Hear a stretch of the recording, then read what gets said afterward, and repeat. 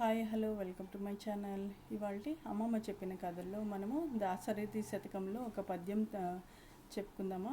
అయితే అమ్మమ్మ ఎప్పట్లాగే మనవాళ్ళు మనవరాళ్ళని దగ్గరకు తీసుకుని ఈ పద్యం చెప్పసాగింది. ఆ పద్యం ఏంటో చూద్దాం. శ్రీరమణీయహార యతసి కుసుమాభ శరీర భక్తమందార వికారదూర పరతత్వ విహార త్రిలోక చేతనోద్ధార దురంత పాతక వితాన విదూర ఖరాది దైత్యకాంతార కుఠార భద్రగిరి దాశరథి కరుణాపయోనిధి.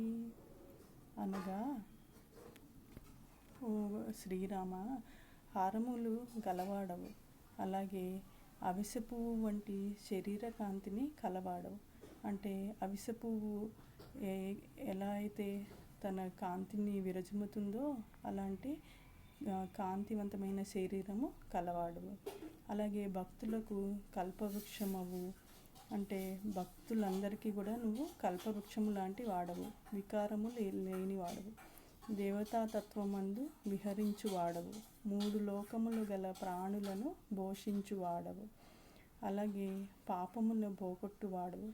ఖరాది రాక్షసారణ్యమునకు గొడ్డలి వంటి వాడు అని శ్రీరాముల వారిని మరి రామదాసు అంటే కంచర్ల గోపన్న ఈ పద్యంలో ప్రస్తుతించారు అని అమ్మమ్మ ఈ పద్యానికి భావం చెప్తుంది.